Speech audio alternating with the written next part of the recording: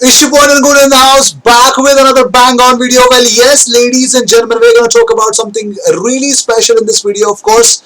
We are going to talk about the much awaited Lucas Torreira's father, Ricardo Torreira, his interview with Liberta Digital. Yes, of course, we won't waste your time because Liberta Digital actually had an exclusive chat with Lucas Torreira's father, Ricardo Torreira, to learn about his son's past, present, and future. Ricardo is also a soccer man since in Uruguay. He is a famous sports commentator, already retired, and among other things, he is in charge of a neighborhood soccer club, Institution Atlética 18 de Julio de Fray Bentos. So yes, he is a very important man. So we're going to talk about exclusively in depth. What did he speak about Torreira's time at Arsenal? Will Arsenal let Torreira leave to join Atletico Madrid? Everything will be spoken about it. So stay tuned and watch the video till the end. Well, not only this, we're going to talk about Patson Daka. We're going to talk about Hossein Aouar's real replacement. Arsenal have already Hossein Aouar's replacement. You're going to know everything about it. So stay tuned till the end of the video and let's start. Because the first question that was asked about is that, first of all, ask him about the family's feeling when he learned that Lucas was going to sign and that he has finally signed for Atletico. He said it was a very nice feeling, but it is true that it was not an easy transfer to arrange because we are talking about two big clubs like Arsenal and Atletico Madrid. That whole month was complicated because at times it seemed that it was not going to be closed. Now Lucas will have an opportunity to show that he is as a player and his coach as a professional. We are happy. As for Arsenal, Lucas did everything possible to give the best to the club, but there is possibility of returning and also with new knowledge and new experiences to contribute. Now, the big question was, there were questions like, how did you handle the anxiety of the last day of the market? He said, we live it with great intensity. This is business. It has nothing to do with the ball. Everything that happens outside is exhausting. I'm going to keep it short for some questions that don't matter, so bear with me. So another question was, how was that moment when Simeone spoke with your son about signing to Atletico? He said that Simeone called Lucas is a very important reflection of the interest that El Cholo had in him, and that gives any player confidence and allows him to choose with more conviction.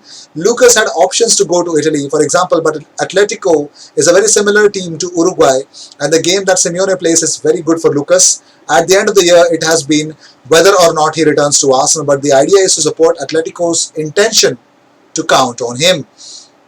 And our big question is, why did everything turn out well in London despite the immense affection that the Gunners have for you?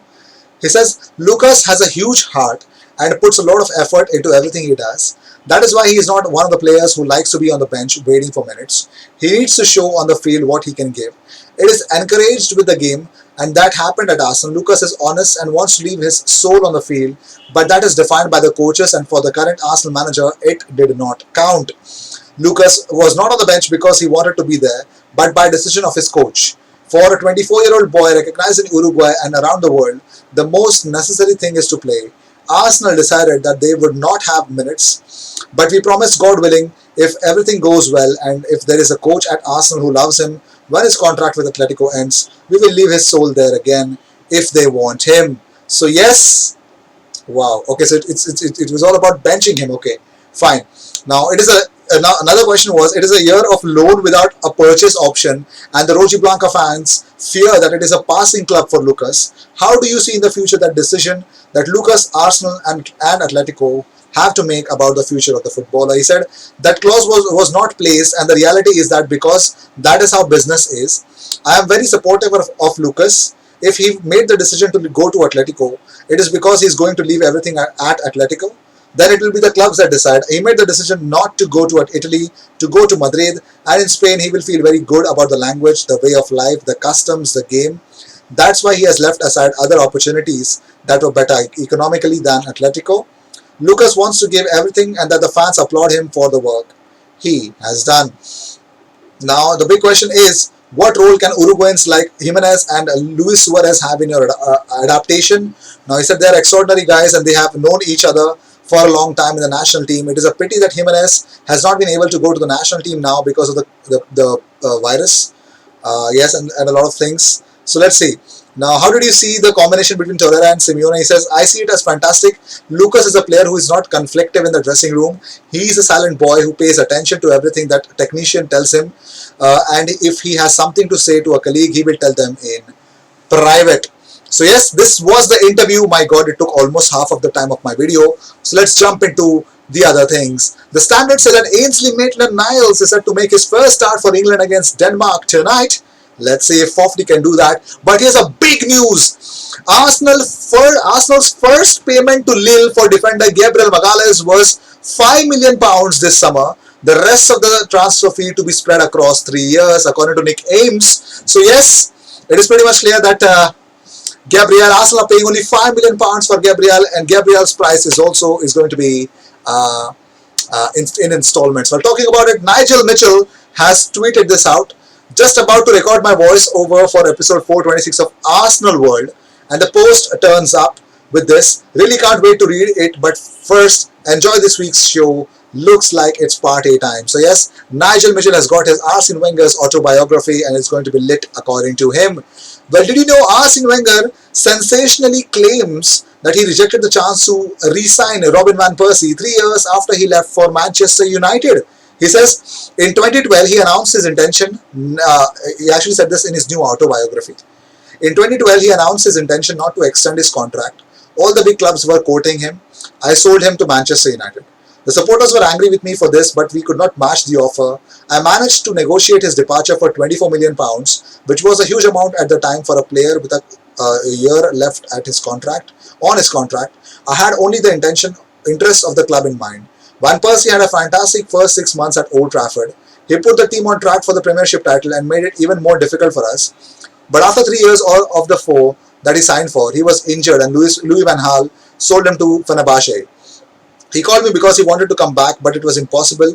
He was at the end of his career, and we were investing in young players. So Robin van Persie wanted to come back to Arsenal. My goodness. And here's a big thing. The proposed shake-up of England football, led by Liverpool and Manchester United, the Project Big Picture, has been cancelled off by the 20 Premier League clubs. Yes. Instead, the 20 Premier League clubs agreed to urgently commission a strategy review which would involve all the Premier League members, while a new bailout offer would be made to the EFL. Now, details of the Project Big Picture were first leaked on Sunday, with Liverpool authoring the document with support from Manchester United. Now, what is this Project Big Club? It's pretty much clear.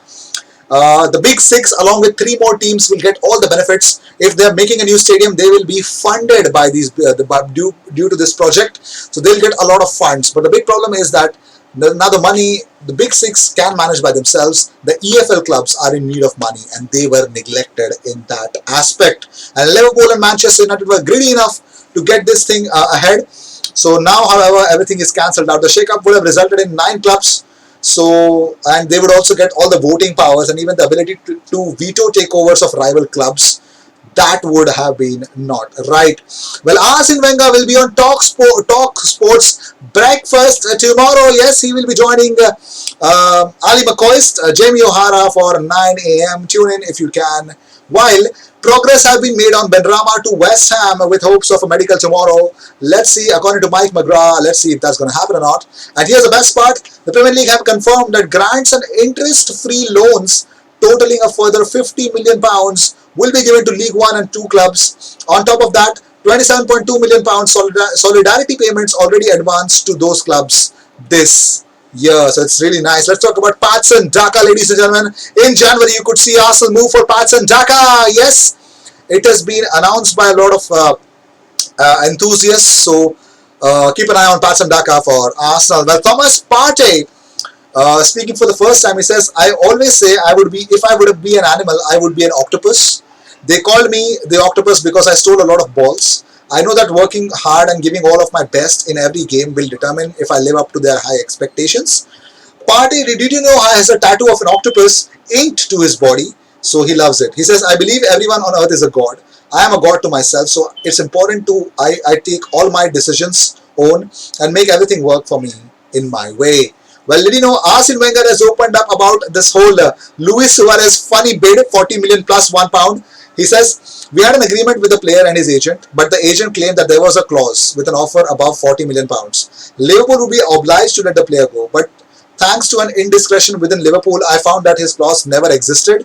To check this was true, we offered £40 million plus £1. This may have seemed ludicrous. I admit, but such a release clause was not existing at all. So that is what Arsenal were testing, and hence the ludicrous bid came on. Well, did you know Arsenal are actually are still trying to find a way for Kieran Tierney to be available for City's game, but at this stage it's considered unlikely. However, according to Luke Edwards-Tele, he says Portugal players returning to the Premier League clubs will not have to quarantine after Ronaldo being positive. So Arsenal are trying, they're trying to be hell bent to make sure that Kieran Tierney plays for that game on Saturday. Well, according to Fabrizio Romano, Mesut Ozil rejected Al Nassr's £12 million per annum for 3 years contract, so he could see out his present contract. That is an astounding amount of fee. And let's talk about Hossein Aouar's replacement. Miguel Aziz scored a wonder goal, yes. And James Benge tweets out, at Arsenal they're telling Miguel Aziz it's a matter of when, not if, he breaks into Mikel Arteta's first team plans. Last night was an important step on the path with plenty of steps ahead. So Miguel Aziz is emerging Arsenal's attacking midfield. So yes, he will definitely be the future. But how quickly will he develop? Let's see if Arsenal are going to give him any chances in the FA Cup this season. So these were the news of the day. I hope you enjoyed whatever came up. All the news and everything about Arsenal comes to this platform every single day twice. So what you got to do is subscribe and hit that bell icon. I will see you in my next video. Until then, cheers. And don't forget to subscribe. New mission, 13,000 subscribers. Not far off. Help us reach there.